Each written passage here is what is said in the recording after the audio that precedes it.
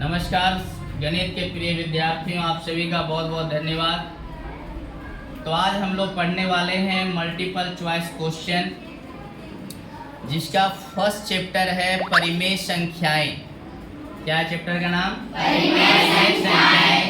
इसमें आपका पहला प्रश्न है, सबसे छोटी पूर्ण संख्या है +1, -1, 0 या 10? 0। सबसे छोटी प्राकृत संख्या है +1, -1, 0 या 10? सबसे छोटी अभाज्य संख्या है 2, 1, 0 या 3? 2। बहुत बढ़िया। सबसे छोटी भाज्य संख्या है 2, 4, 6 या 8? 4। इनमें से कौन योज्य तत्समक है? पहला है 1, 0, A और B दोनों, इनमें से कोई नहीं। 0।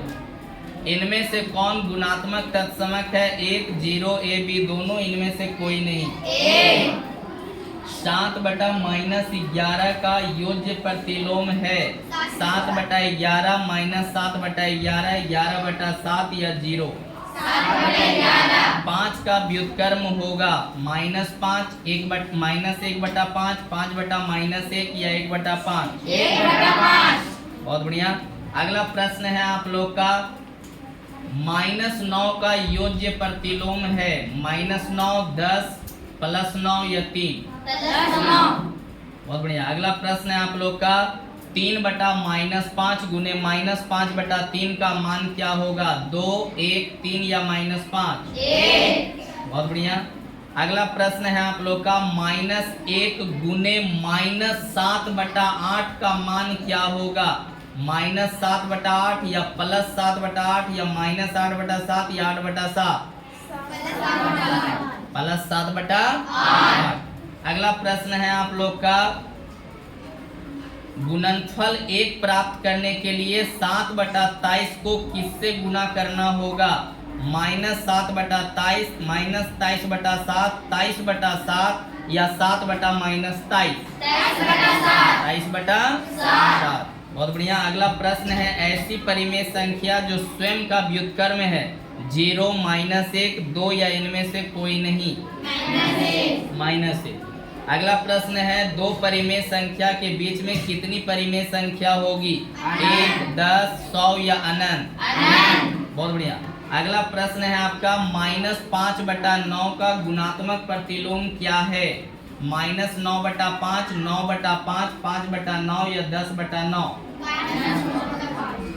अगला प्रश्न है आप लोग का, 0.3 को 0.3 गुने 0.3 का गुणनफल होगा 0.9 या 0.03 या 0.009 या 9?